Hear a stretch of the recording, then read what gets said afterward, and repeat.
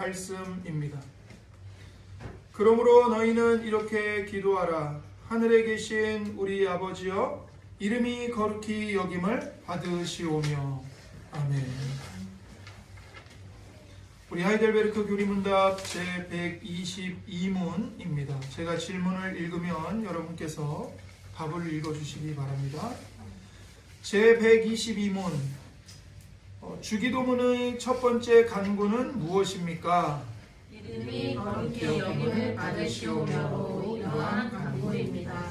첫째, 우리가 하나님을 옳게 알고 당신을 거룩하게 하고 영화롭게 하고 찬양하게 하소서. 당신의 권능, 지혜, 선, 공의, 자비와 진리가 분명하게 드러나는 당신의 모든 일에서 그렇게 되게 하소서. 둘째, 우리가 우리의 전산, 우리의 생각, 말과 행위를 매우 잘 조정하고 이끌어 당신의 이름이 결코 더럽혀지지 않고 오히려 우리로 말미암아 영예롭게 되고 칭송받게 하소서. 아멘.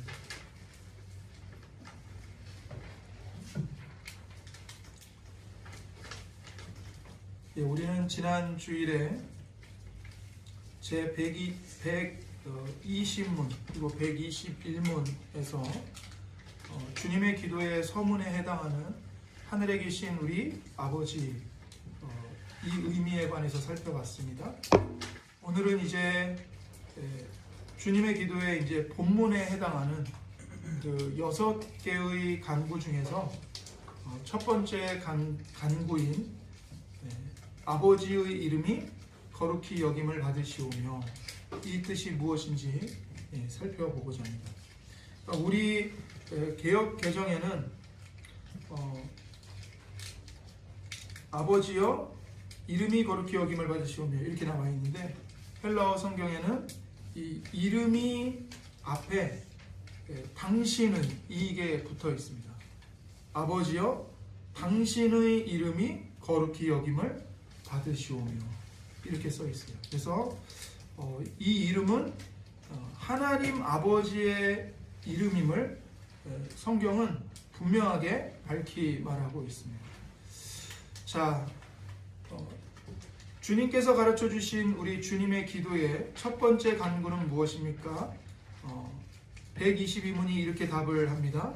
이름이 거룩히 여김을 받으시오며로 이러한 간구입니다. 첫째, 우리가 하나님을 옳게 알고 당신을 거룩하게 하고 영화롭게 하고 찬양하게 하소서.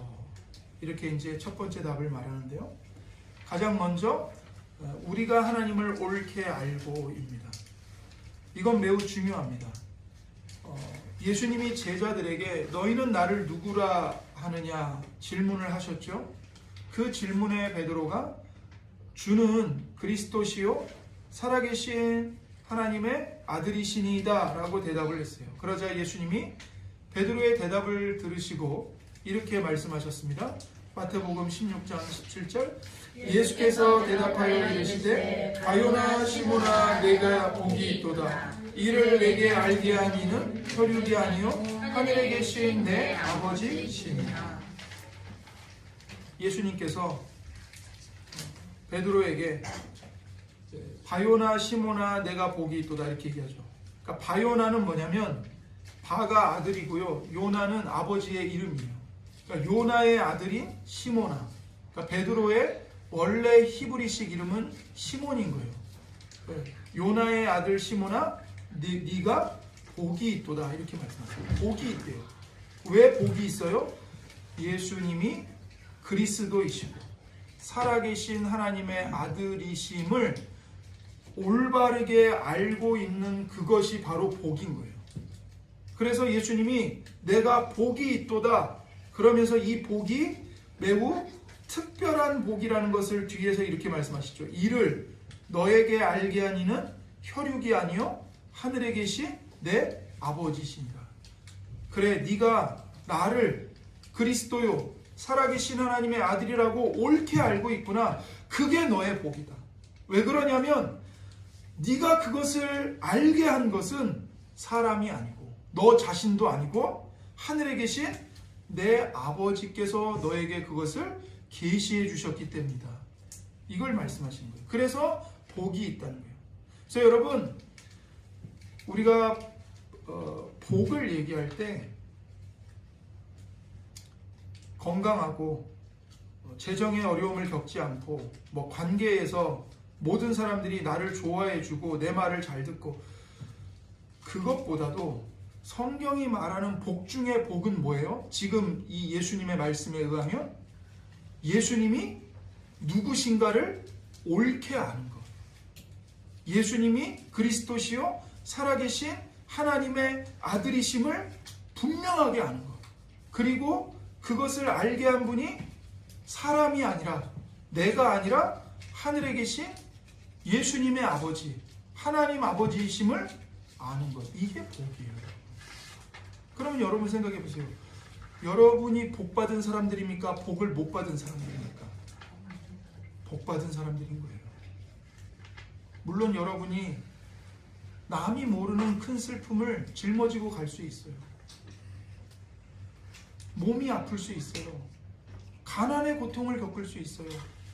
다른 사람한테 쉽게 꺼내놓을 수 없는 큰 결핍과 괴로움 속에서 신음하며 살아갈 수 있어요. 그러나 그럼에도 불구하고 여러분과 제가 예수님이 누구신가를 올바르게 알고 있다면 우리는 이미 하나님 아버지로부터 복의 복을 받은 사람들인 거예요. 그러니까 예수님이 그리스도시라는 사실을 아는 것은 사람의 지식이나 지혜와 힘으로 알 수 있는 게 아닙니다. 하나님 아버지께서 알려주셔야만 해요. 그래서 이게 복인 거예요. 하나님이 우리에게 복, 믿음을 주셔야만 하고요. 성경에 기록된 말씀을 열어 우리에게 보여주셔야만 알 수 있는 겁니다. 우리는 그렇기 때문에 하나님을 올바르게 알게 해달라고 기도해야 합니다. 왜 그래야 할까요? 우리는 매일 세상을 살아가면서 정말 많은 일을 겪어요. 그리고 많은 소리를 들어요. 많은 소문과 말들을 들어요. 그런데 그 속에서 우리가 조심하지 않으면 나도 모르게 우리의 생각이 세상의 생각에 포로로 사로잡히게 돼요. 세상과 똑같이 편견에 빠지고 눈에 보이는 것들만을 가치 있게 여기고 하나님보다 다른 것을, 눈에 보이는 것들을 더 중요하게 여기는 우상 숭배에 빠지기가 쉽다는 거예요. 내 생각대로 하나님을 오해하기가 쉬워요. 그러면 결국 하나님을 믿는다고 하면서도 하나님의 이름을 내가 욕되게 할 수도 있거든요. 그래서 우리는 하나님을 올바르게 알게 해달라고 기도해야 하는 것입니다. 하나님, 오늘도 제 생각이나 고집으로 하나님을 오해하지 않게 도와주세요. 성경을 통해 하나님이 어떤 분인지 똑바로 올바르게 알게 해주시고 아버지의 거룩하신 이름을 세상에 바르게 증언하며 살게 해주세요. 그게 우리의 기도가 되어야 합니다. 그래서 하나님을 바르게 아는 것, 이것이 우리의 최고의 자랑입니다. 그리고 이것이 우리의 유일한 자랑입니다. 우리는 흔히 내가 가진 지식, 경험, 돈, 나의 힘, 나를 도와줄 사람들의 인맥, 이런 것들을 의지해서 살아가지만 사실 성경은 분명하게 말해요. 시편 109편 105절입니다. 주의 말씀은 내 발의 등이요 내 길의 빛이니이다. 주님의 말씀만이 우리를 어둠에서 이끌어줄 우리 발의 등불입니다. 주님의 말씀만이 우리 길의 빛입니다. 이 말씀의 빛이 없으면 우리는 캄캄한 이 흑암 속에서요 길을 잃고 헤맬 수밖에 없습니다. 많은 사람이 하나님을 자기 방식대로 생각합니다. 어떤 사람은 내 욕심을 채워주는 요술램프의 거인처럼 생각하기도 하고, 또 어떤 사람은 자기 경험에 갇혀서 끊임없이 하나님께 원망하고 하나님께 불평하며 하나님을 왜곡하며 살아갑니다. 하지만 예레미야 선지자는 이렇게 말합니다. 예레미야 9장 24절에 자랑하는 자는 이것으로 자랑할지니 곧 명철하여 나를 아는 것과 나 여호와는 사랑과 정의와 공의를 땅에 행하는 자인 줄 깨닫는 것이라. 나는 이 일을 기뻐하노라. 여호와의 말씀이니라. 우리의 진짜 자랑은, 우리의 진짜 기쁨은 하나님이 사랑과 정의와 공의를 이 땅에 행하시는 분임을 깨닫는 것입니다. 이게 우리의 자랑이에요. 하나님이 어떤 분이신가를 올바르게 알고 살아가는 것. 이것이 우리의 진짜 자랑인 겁니다. 그래서 세상의 모든 걸 다 알아도 하나님을 모르면 아무 소용이 없습니다. 그래서 사도 바울은 말합니다. 빌립보서 3장 8절에서 9절입니다. 또한 모든 것을 해로 여김은 내 주 그리스도 예수를 아는 지식이 가장 고상하기 때문이라. 내가 그를 위하여 모든 것을 잃어버리고 배설물로 여김은 그리스도를 얻고 그 안에서 발견되려 함이니. 사도 바울은 십자가에서 죽으시고 부활하신 주 예수님을 만나고 나서 그가 예수님을 만나기 전에 가장 가치 있게 여겼던 모든 것들을 다 해로 여겼습니다. 배설물로 여겼어요. 내가 예수님을 위하여 모든 것을 잃어버리고 배설물로 여긴다. 그 이유가 뭐죠? 그 목적이 뭐죠? 그리스도를 얻고 그분 안에서 내가 발견되기 위함이다. 이렇게 말하죠. 예수님을 아는 지식이 가장 아름다운 것이고 이 땅에 금, 은, 다이아몬드, 보화보다 가장 가치 있고 가장 보배로운 것입니다. 예수님 외에 나머지 것들은 다 배설물과 같은 거예요. 우리의 힘으로는 거룩하고 무한하신 하나님을 도저히 알 수 없습니다. 그래서 하나님은 우리와 언약을 맺으셨습니다. 우리는 이 언약을 통해서 하나님을 알게 됩니다. 예레미야 31장 33절 34절입니다. 그러나 그날 후에 내가 이스라엘 집과 맺을 언약은 이러하니 곧 내가 나의 법을 그들의 속에 두며 그들의 마음에 기록하여 나는 그들의 하나님이 되고 그들은 내 백성이 될 것이라. 여호와의 말씀이니라. 그들이 다시는 각기 이웃과 형제를 가리켜 이르기를 너는 여호와를 알라 하지 아니하리니 이는 작은 자로부터 큰 자까지 다 나를 알기 때문이라. 내가 그들의 악행을 사하고 다시는 그 죄를 기억하지 아니하리라. 여호와의 말씀이니라. 하나님께서 우리를 구원하시고 구원하신 우리와 언약을 맺으셨어요. 그래서 그 언약을 통해 하나님의 법을 우리 마음속에 새기셨습니다. 그러면서 나는 너희들의 하나님이 되고 너희는 내 백성이 될 것이다. 그렇게 약속을 해주신 거예요.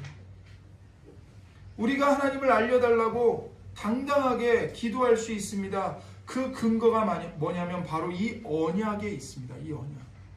하나님이 우리를 구원하셔서 우리와 언약을 맺으시지 않았습니까? 예레미야 31장 33절 34절의 말씀대로 하나님께서 하나님의 법을 우리 속에 두시겠다고 말씀하셨고 우리 마음에 기록하시겠다고 말씀하셨고 하나님은 우리의 하나님이 되시겠다고 말씀하셨고 우리는 하나님의 백성이 될 것이라고 말씀하시지 않았습니까? 이제는 그 언약 때문에 모든 사람들이 하나님을 알게 될 거라고 약속하시지 않았습니까? 우리의 모든 죄를 용서하시고 기억하지 않으시겠다고 약속하시지 않았습니까? 그러니 하나님이 하나님 되심을 우리에게 알려주옵소서. 기도할 수 있는 겁니다.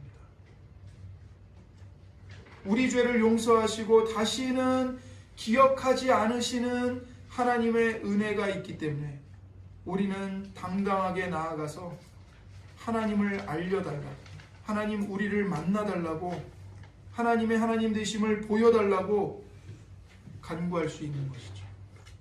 하나님의 말씀을 깨닫게 해달라고, 하나님의 말씀을 가르쳐 주시라고 간구할 수 있는 겁니다.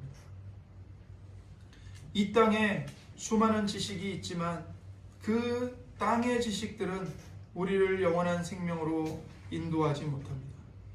이 땅의 지식들은 그저 이 땅에서만 유용할 뿐입니다. 그게 끝입니다. 오직 예수 그리스도를 아는 지식만이, 복음만이 우리를 영원한 생명으로 인도합니다. 하나님은 우리가 이런 지혜를 구할 때 꾸짖지 않고 후히 주시겠다고, 넘치도록 주시겠다고 약속하셨어요. 야고보서 1장 5절입니다. 너희 중에 누구든지 지혜가 부족하거든 모든 사람에게 후히 주시고 꾸짖지 아니하시는 하나님께 구하라. 그리하면 주시리라. 너희 중에 누구든지 지혜가 부족하냐? 지혜가 없다고 생각이 드느냐? 지혜가 없어서 고민이냐? 아무 걱정하지 마라. 모든 사람에게 후히 주시고 넘치도록 부어주시고 꾸짖지 아니하시는 하나님께 구하라. 그리하면 주시리라. 우리는 하나님 아버지로부터 이런 굉장한 약속을 받은 사람들입니다. 그러니까 이 하나님의 약속을 의지해서 소망과 기대를 품고 하나님 아버지 앞에 나아가서 기도하는 겁니다.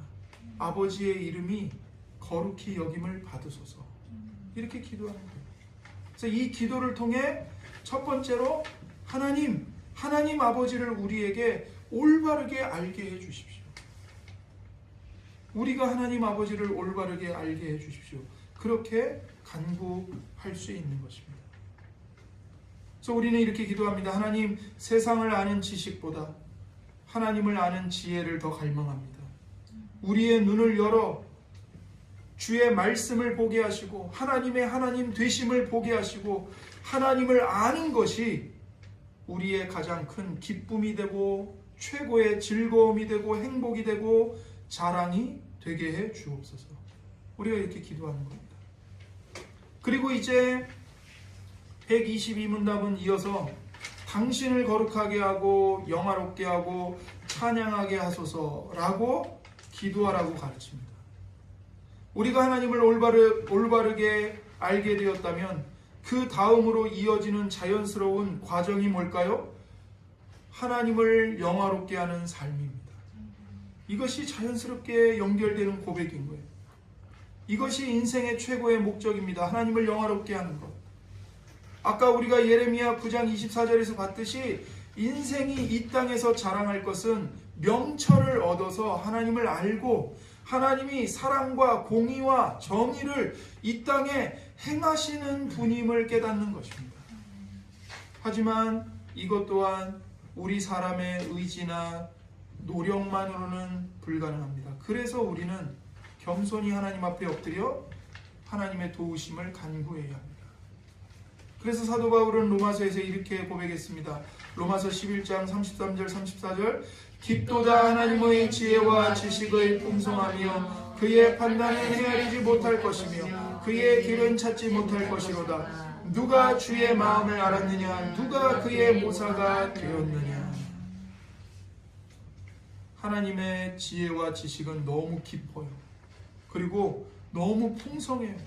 그래서 우리 사람의 생각으로는 다 헤아릴 수가 없어요.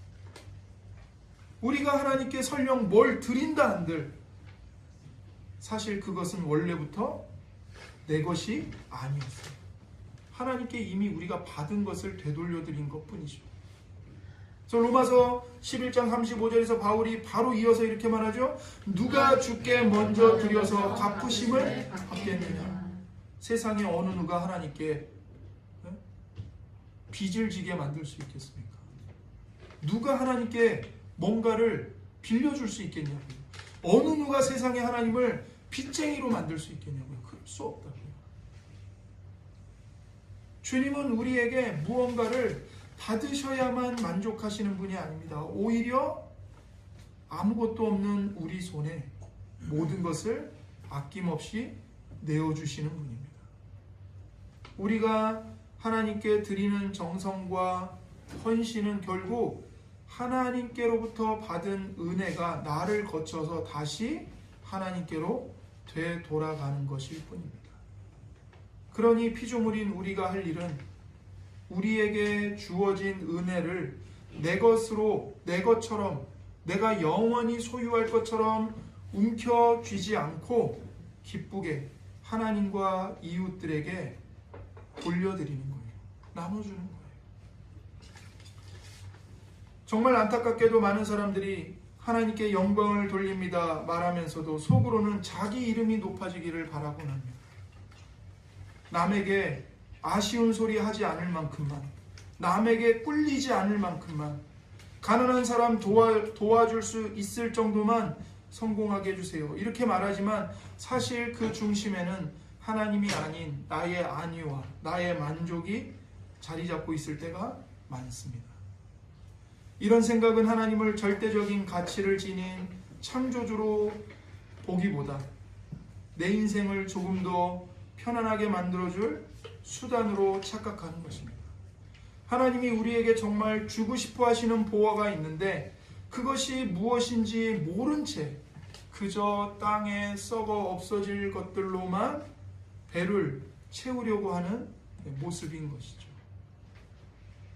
부모는 자기 아이를 정말 호텔의 레스토랑, 그 저녁의 만찬으로 데려가려고 하는데 그 아이는 그냥 진흙탕에서 진흙 만지면서 뒹굴면서 노는 게 더 좋다고 말하는 것과 같은 거예요.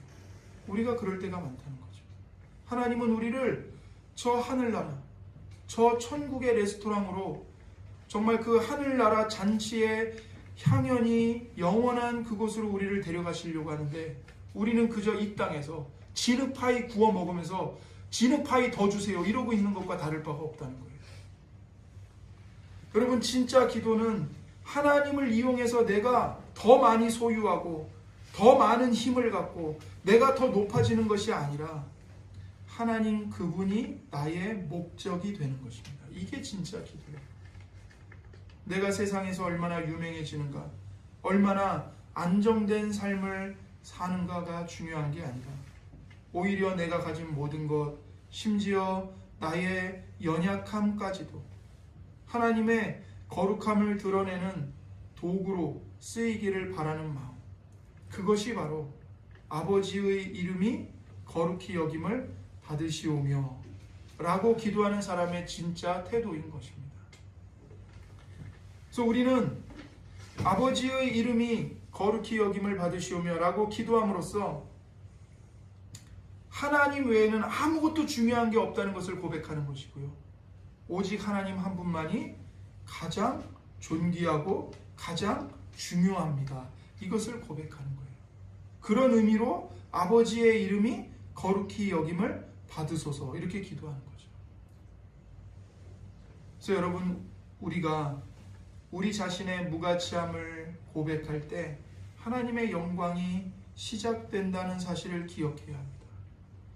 우리는 인생을 살아가며 내가 뭔가 선한 것을 만들어낼 수 있다고 착각합니다. 하지만 우리가 전 인생을 통해서 배우는 단 하나의 교훈이 있어요. 그건 뭐냐면 우리 힘으로는 그 어떤 선함도 만들어낼 수 없다는 것입니다. 나는 무가치한 종일 뿐이라는 사실이에요.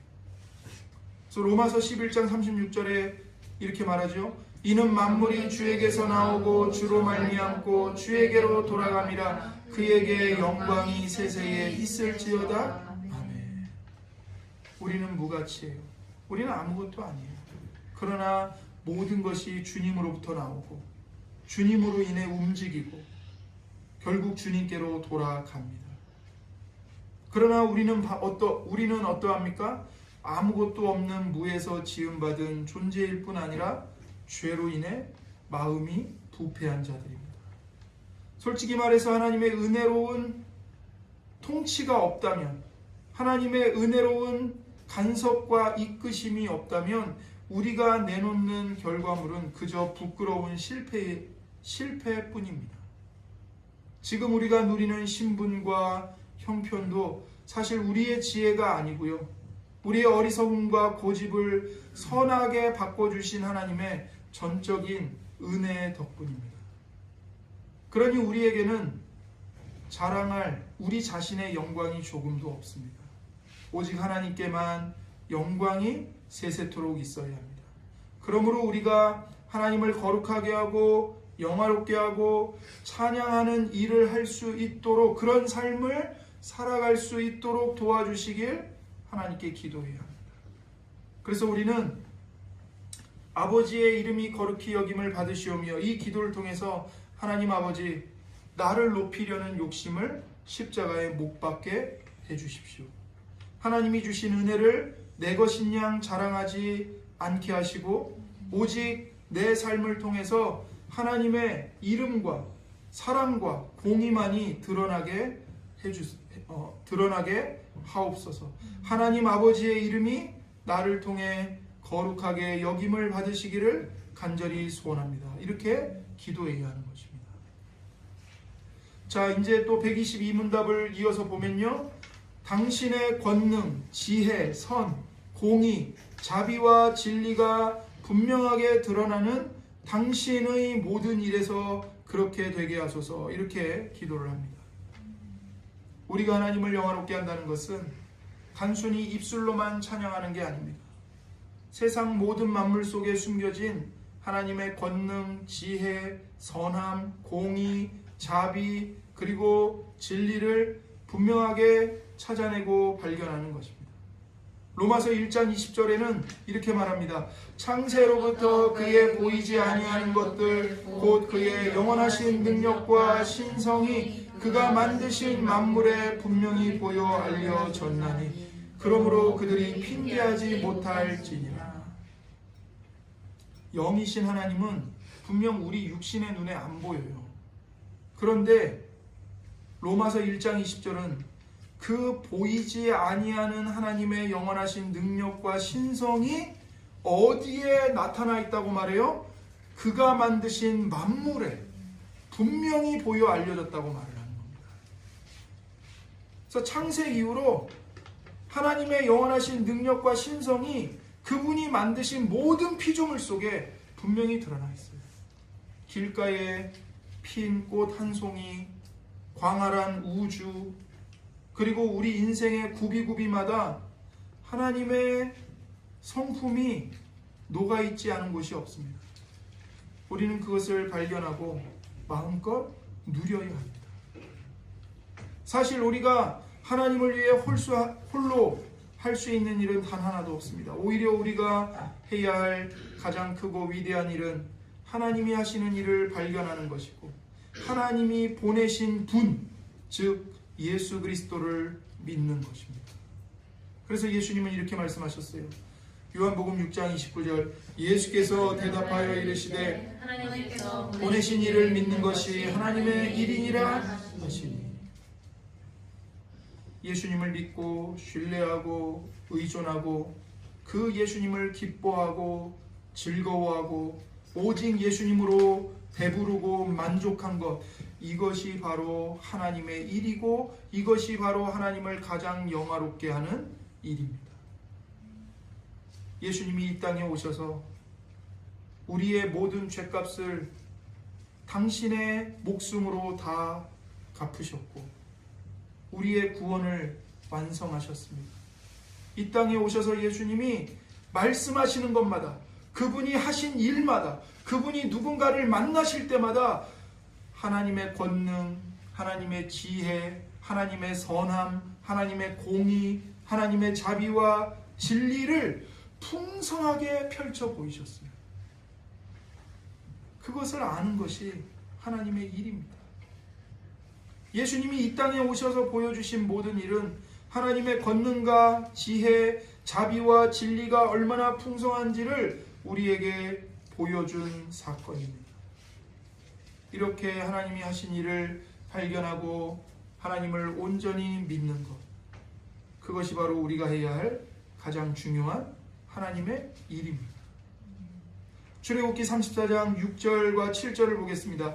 여호와께서 그의 앞으로 지나시며 반포하시되 여호와라 여호와라 자비롭고 은혜롭고 노하기를 더디하고 인자와 진실이 많은 하나님이라. 인자를 천대까지 베풀며 악과 과실과 죄를 용서하리라. 그러나 벌을 면제하지는 아니하고 아버지의 악행을 자손 3, 4대까지 보응하리라. 이 구절도 하나님이 어떤 분이신지를 우리에게 선명하게 보여주죠. 하나님은 자비롭고 은혜로우시며 노하기를 더디하시는 분이십니다. 인자와 진실이 끝이 없으셔서 그 사랑을요 천대까지, 바꿔 말하면 영원히 베풀어 주세요.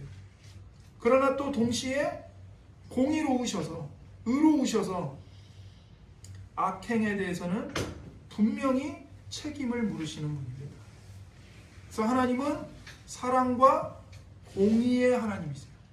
사랑과 공의의 성품을 온전히 가지고 계신 하나님이세요. 이처럼 성경 곳곳에는 하나님의 하나님 되심이 아주 선명하게 드러나 있습니다.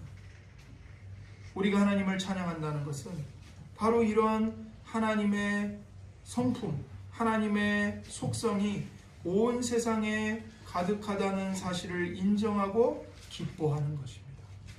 그것이 하나님을 찬양하는 거예요. 자, 이제 세 번째, 하나님의 이름이 더럽혀지지 않고 오히려 우리로 말미암아 영예롭게 되고 칭송받게 하소서, 이렇게 기도하라고 가르칩니다. 그러니까 아버지의 이름이 거룩히 여김을 받으시오며, 간구의 내용이 무엇인가? 122문답에 둘째에서 답하죠. 둘째, 우리가 우리의 전상, 우리의 생각, 말과 행위를 매우 잘 조정하고 이끌어 당신의 이름이 결코 더럽혀지지 않고 오히려 우리로 말미암아 영예롭게 되고 칭송받게 하소서, 이렇게 가르칩니다.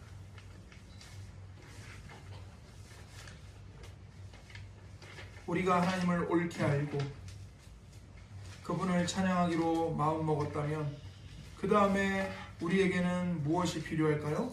바로 우리의 생각과 말 그리고 행동이 그 고백을 따라가는 겁니다. 우리의 삶을 통해 하나님의 이름이 더럽혀질 수도 있고 반대로 영예롭게 높여질 수도 있어요. 하지만 우리는 잘 압니다. 아무리 내가 머리로 알아도 막상 내 몸으로 실천하려고 하면 내 안에 있는 이 부패함, 내 안에 있는 이 죄성, 나의 고집, 나의 욕심, 나의 게으름, 나의 이 교만 때문에 그게 잘 안 된다는 걸 우리가 너무나도 잘 알아요. 그래서 우리는 또다시 하나님 앞에 엎드려 간절히 기도하게 됩니다. 하나님, 제 힘으로 할 수 없습니다. 하나님, 제 삶이 하나님의 이름을 빛낼 수 있도록 은혜를 부어주시고 저를 도와주세요. 예수님은 우리를 세상의 소금과 빛이라고 부르셨습니다. 마태복음 5장 13절 14절에 너희는 세상의 소금이니 소금이 만일 그 맛을 잃으면 무엇으로 짜게 하리요? 후에는 아무 쓸데없어 다만 밖에 버려져 사람에게 밟힐 뿐이니라. 너희는 세상의 빛이라. 산 위에 있는 동네가 숨겨지지 못할 것이요. 우리가 세상의 소금이래요. 우리가 세상의 등불이래요. 소금이 맛을 잃으면 버려지고 등불이 숨겨져 있으면 아무도 앞을 볼 수가 없죠. 우리도 믿음으로 우리의 삶으로 나타나야 하는 것입니다. 어떤 게 나타나야 될까요? 예수님의 제자인 것이 우리의 믿음과 삶으로 나타나야 하고, 하나님의 거룩하신 이름이 우리의 믿음과 삶으로 나타나야 하는 것이죠. 우리가 일상에서 보여주는 작은 배려들, 정직한 말, 사랑이 담긴 행동들, 아파하는 자들과 함께 아파하고 우는 자들과 함께 울고 기뻐하는 자들과 함께 기뻐하는 것, 그 모든 것이요 빛이 되어서 사람들에게 비춰질 때 사람들은 우리의 그 착한 행실을 보고 비로소 하나님께 영광을 돌리게 됩니다. 그래서 예수님이 이렇게 말씀하셨어요. 마태복음 5장 16절에 이같이 너희 빛이 사람 앞에 비치게 하여 그들로 너희 착한 행실을 보고 하늘에 계신 너희 아버지께 영광을 돌리게 하라. 이같이 너희 빛이 사람 앞에 비치게 하라. 그 빛이 뭐예요? 너희 착한 행실을 보고, 우리의 착한 행실이 하나님 아버지 이름의 거룩한 빛을 비추는 빛인 거예요. 세상 사람들로 하여금 우리의 착한 행실을 보고 하늘에 계신 우리 아버지께 영광을 돌리게 하는 것입니다.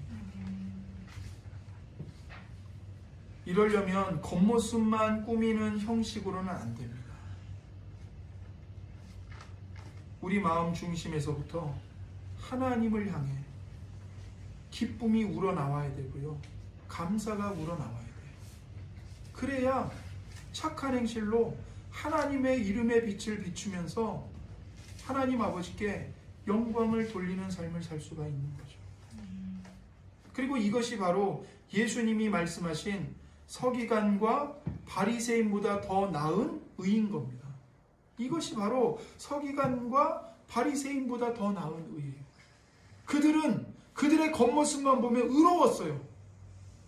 그러나 그들의 겉모습은 의인이지만 속은 어때요?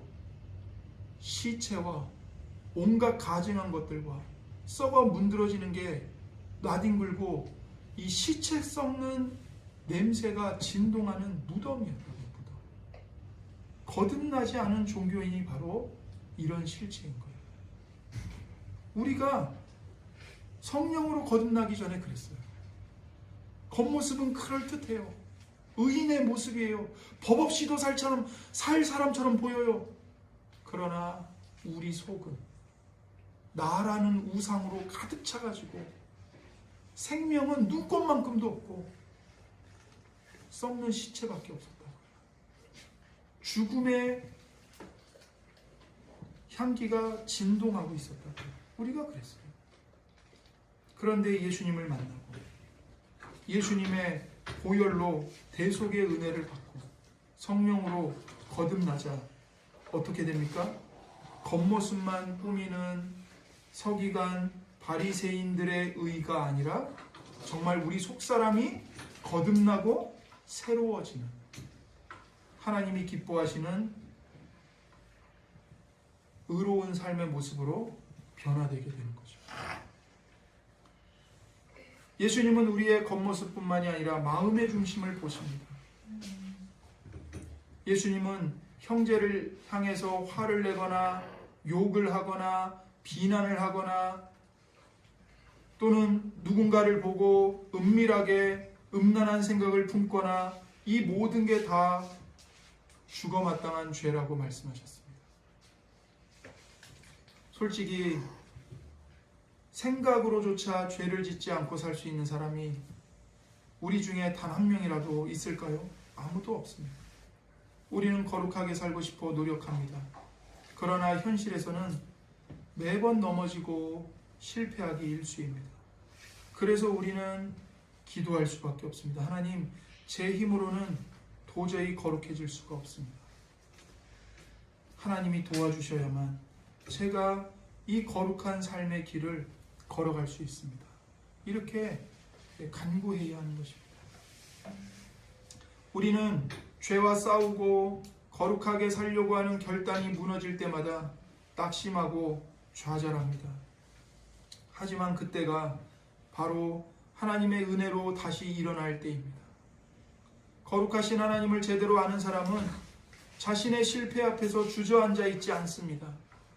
다시금 피곤한 손을 추스르고 연약해진 무릎을 일으켜 세워서 십자가를 바라보고 십자가를 향해 한 걸음 더 나아갑니다. 왜냐하면 우리가 노력하는 이유가 있어요. 그게 뭐죠? 내가 완벽해지기 위해서가 아니에요. 내가 노력을 해야지만 마지막 날에 구원받을 수 있기 때문이 아니에요. 나를 자녀 삼아주신 하나님 아버지가 거룩하신 분이기 때문에 거룩해지려고 노력을 하는 거죠. 우리가 주기도문을 시작하면서 이 첫 번째 간구를 드릴 때마다 우리는 우리의 삶을 다시 한번 점검하게 됩니다. 내가 지금 하고 있는 이 생각이 하나님의 거룩함을 가리고 있지는 않는가? 내가 지금 하고 있는 이 말, 이 행실이 하나님의 이름을 욕되게 하고 있지는 않는가? 이 기도는 단순히 입술의 고백이 아니라 우리의 삶과 생각, 말과 행동을 하나님 앞에 하나님의 거룩하심에 맞추어서 조금씩 변화시켜 나가는 결단입니다. 우리는 비록 연약해서 자주 넘어지지만 아버지의 이름이 거룩히 여김을 받으시오며 이렇게 기도할 때마다 거룩하신 하나님을 바라봅니다. 하나님의 거룩하심이 우리를 다시 일으켜 세우는 힘이 되고 하나님의 은혜가 우리를 세상의 빛과 소금으로 만들어가고 계십니다. 우리는 오늘 주님의 기도의 첫 번째 간구를 통해서 하나님을 올바르게 알고 하나님의 이름을 높이며 살아가야 함을 들었습니다. 하지만 이 모든 말씀의 끝에서 우리는 한 가지 이 분명한 진실, 사실 앞에 서게 됩니다. 그게 뭐냐면 우리 힘으로는요 결코 하나님의 이름을 거룩하게 할 수 없다는 사실입니다. 우리가 거룩하신 하나님을 우리 아버지라 부르며 하나님의 이름을 높일 수 있게 된 것은 오직 예수 그리스도의 십자가 고난과 희생 덕분입니다. 우리는 본래 죄로 부패해서 하나님의 이름을 더럽히던 자들이었습니다. 그러나 예수님께서는 그 거룩하신 이름을 위해 우리 대신에 온갖 수치와 모욕을 당하셨고 십자가에서 모든 물과 피를 쏟으며 죽으셨습니다. 우리가 치러야 할 죄의 대가를 그리스도께서 대신 치르심으로 이제 우리는 더 이상 정죄함을 받지 않고 오히려 하나님의 자녀의 신분을 얻었습니다. 이 구원은 우리가 노력해서 얻은 결과가 아닙니다. 하나님께서 창세전부터 우리를 사랑하사 그리스도 안에서 우리를 예정하시고 그리스도 안에서 우리에게 거절할 수 없이 베풀어 주신 값없는 은혜로 받은 겁니다. 예수 그리스도의 희생으로 우리가 의롭게 되었고요. 거룩하신 성령으로 우리가 인침을 받았습니다. 그래서 이제 우리는 새로운 신분과 새로운 정체성과 새로운 본성을 받은 자들로서 삶의 새로운 이유와 존재 목적을 발견합니다.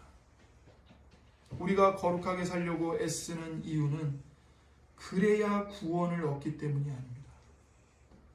여기서는 예수님을 믿는다고 고백해서 구원을 받은 것 같았는데 구원받은 이후의 삶을 어떻게 사느냐에 따라 예수님이 재림하시고 나서 그때 가서 최후의 심판대에서 다시 구원이 달라진다. 그게 아니에요. 그게 아니에요. 여기서 우리가 예수님을 구주로 고백하고 한 번 받은 칭의, 한 번 받은 구원은 영원한 칭의이고 영원한 구원이에요. 여기서는 칭의를 받았는데 마지막 날 예수님 심판대 앞에 섰을 때는 예수님이 그 칭의를 취소할 수도 있다? 그건 성경의 복음이 아닙니다. 그건 거짓된 복음입니다. 여러분 그런 복음에 속아서는 안 돼요. 우리가 여기서 거룩하게 살려고 몸부림치는 이유는 구원을 받기 위함이 아니에요. 거룩하게 살지 않으면 버림받기 때문이 아닙니다. 이미 나를 위해 버림받으시고 진노와 저주를 담당하신 그리스도께서 십자가에서 이루신 그 완전한 구원의 은혜가 너무나 크고 감사하기 때문에 주님을 사랑하기 때문에 주님을 닮아가기 위해 우리가 자발적으로 죄와 싸우고 자발적으로 거룩해지기 위해 몸부림치는 겁니다. 어느 누구도 여러분에게 그걸 강요하지 않습니다. 하나님이 여러분에게 벌을 내리신다고 해서 그게 벌 받을까봐 무서워서 여러분이 이 자리에 있는 거 아니잖아요. 하나님을 너무나도 사랑하기 때문에 하나님을 예배하고 있는 거죠. 비록 우리가 일상 속에서 생각과 말로 넘어지고 실패할지라도 우리를 위해 찢기신 그리스도의 몸과 흘리신 피를 바라보며 다시 일어설 수 있습니다. 여러분, 십자가의 은혜는요, 여러분의 실패보다 훨씬 더 큽니다.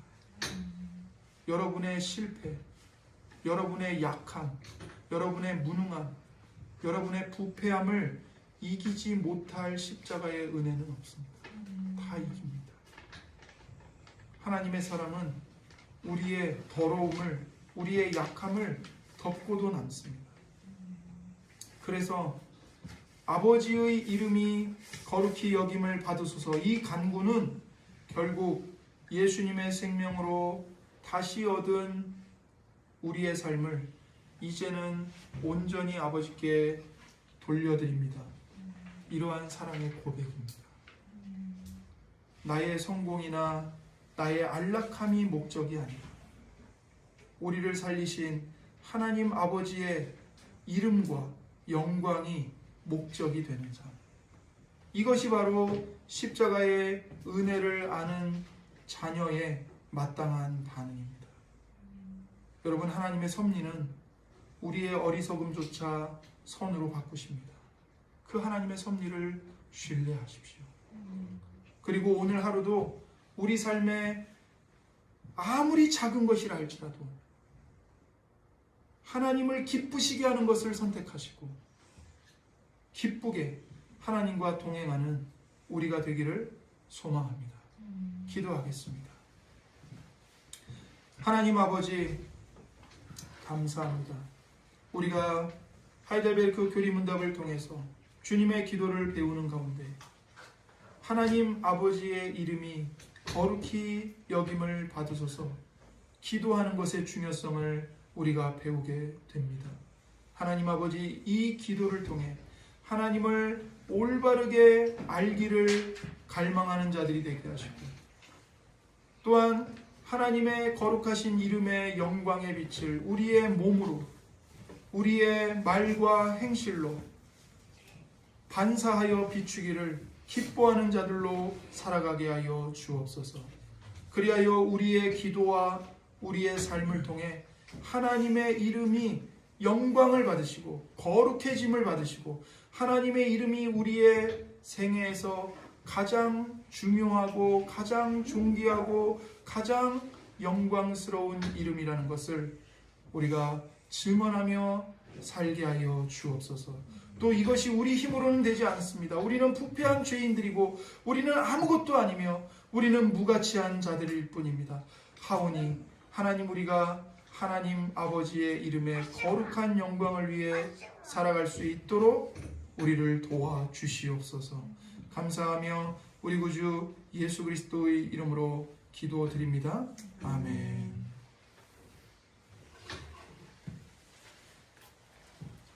우리 찬송하겠습니다.